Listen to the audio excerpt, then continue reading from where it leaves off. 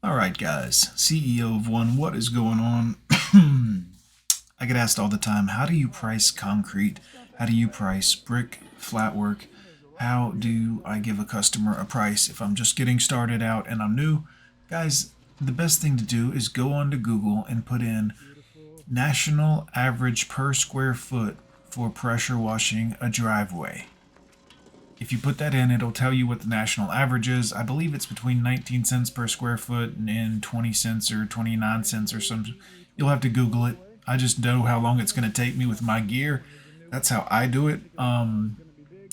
After doing it for long enough, you'll kind of get in a sweet spot and be like, okay, well, I have a minimum. I'm not going to do a driveway for less than $100. I got to, include the front curb. It'll make it look a lot nicer when you give your customer an estimate. Make sure you account for the time it's going to take to do the front curb. Can you run a surface cleaner over the front curb, or do you have to use a wand and perhaps a turbo nozzle to clean the front curb due to the angle of the front curb? These are things to think about. If they have a driveway and it's 1,000 square feet and the national average is 20 cents a square foot, well, that's pretty simple. $200 would be kind of within the national average range. However, if you're a chuck in a truck, or you're in a little place in a backwoods area, where money might not be as readily available to most of the community, or the customer you're dealing with, you can tell money is an issue with, you might go down to $150 and say, hey, I can get that job done in an hour. I can let it go for $150 and you'll be just fine. Most people in the pressure washing industry don't like the $99 guy, and I don't blame them for that, because it really degrades the entire thing of what we're trying to do here. As far as, if you have a expensive rig and you're using chemical and you're doing everything the right way and having insurance and truck, and you need to charge up for that. You don't need to be doing jobs for $99. Also, if you're someone that's just starting out, let me ask you this. You're someone that just starting out, you normally make at your other whatever job 800 a week. And you're getting started out in this pressure washing, and let's say you have a minimum of $150 and you do $250 jobs a day. Well, that's $300 a day times 5 days. That's $1,500 a week. You work a sixth day, I mean, you're talking about $1,800 in a week. You've made great money. But do that same math at $99 a job, and I mean, you're just kind of getting by again, you know? So it's important to remember this, guys. Consider what you're pricing, consider what you're charging your customers. Make sure that when you do this, you can justify it by looking up the national average. And I tell my customers, when they ask me about my prices, I say, look, Google the national average per square foot for pressure washing a driveway. You will see that it's 20 cents.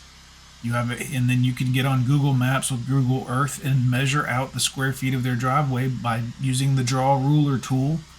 And you can take a picture of that and show them, this is your house and your address and your driveway is 2,000 square feet. At 20 cents, that's $400, or whatever the math is. And you can justify your price that way. That's a good way to do it. A lot of times I will do that, justify the price and say, okay, it's going to be $400 according to the square foot, but you're a new customer, I'll give you a 10% discount. We always give new customers 10% discount. Or I'll say, but I really want to help you out with this, and I've got an open slot only on this one day of the week. If you let me do it on this one day of the week, instead of 400, I'll do it for 325 or 300. That helps me fill my schedule up. It helps provide value to the customer. They feel like they've gotten a deal because I explained the square footage is this, and this is what the national average is, so therefore you would owe me this, but I'm going to knock $100 off and do it for this. They feel like they've got a deal. I've filled up my schedule, and any day that I go out and make $300 instead of miss a chance to make $400, I'd rather make the $300. I'll get over it.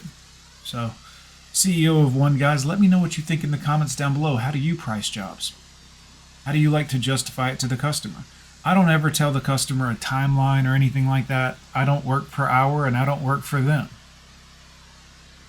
I do work for them at my rate. I know what I'm worth. I know how to do what I do. I've been doing it for long enough. I don't try to justify my behaviors to them and have customers, well, shouldn't this take much longer? You got done so fast.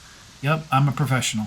I've done, this isn't my first rodeo. Yes, I get done quick sometimes. That'll be $400, please.